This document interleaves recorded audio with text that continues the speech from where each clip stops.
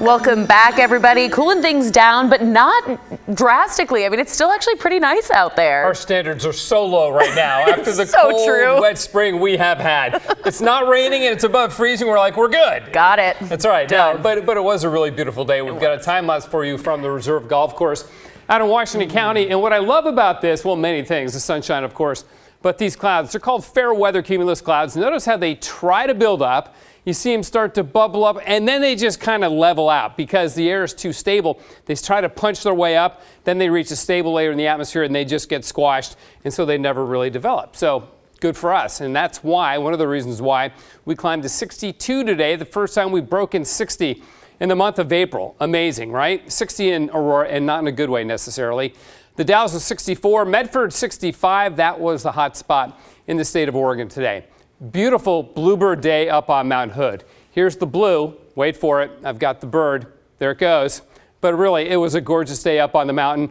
All that snow up there. We've had about 2 feet new this week. And as you know, it's been a very, very productive winter for us for our snowpack, not just here in the Northwest, but really all around the West. So I'm going to show you a couple of maps here of the snowpack around the entire West and how much above average it really is right now. These blue lines indicate the various basins around the West, the water basins that we have. And when you overlay the snowpack on top of this, and I know these numbers are tough to read, so I'll bring them out a little bit. 138% of average for our snowpack here in the greater Northwest.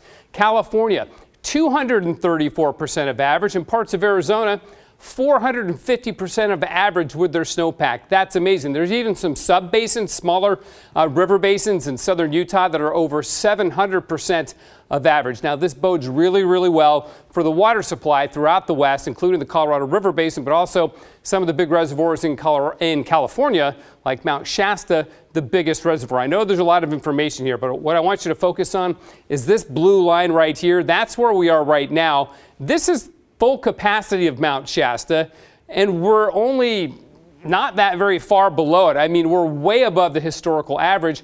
And back in October, you can see we're way below the historical average. And look at the steep climbs that we made several times this winter with the 31 atmospheric rivers that impacted us here on the West Coast. And this was a La Nina year when we're not supposed to get a whole lot of precipitation down in California, but we certainly did. So speaking of La Nina, it is over, and it looks like an El Nino will be developing for this summer, fall, and winter. We have an impressive amount of warming in the eastern tropical Pacific Ocean, and that's what defines an El Nino rather. Normally, we got a bunch of warm water out in the western Pacific Ocean, but during an El Nino, that all shifts on over to the eastern tropical Pacific, and that changes the configuration of the jet stream. They dry out in the west. We get a lot of rain here in the western hemisphere along the coast of South America, and even up here into North America. In fact, this is the typical El Nino pattern, which bodes well for a second wet winter in California, and we may get a breather if things go the way they normally do with El Nino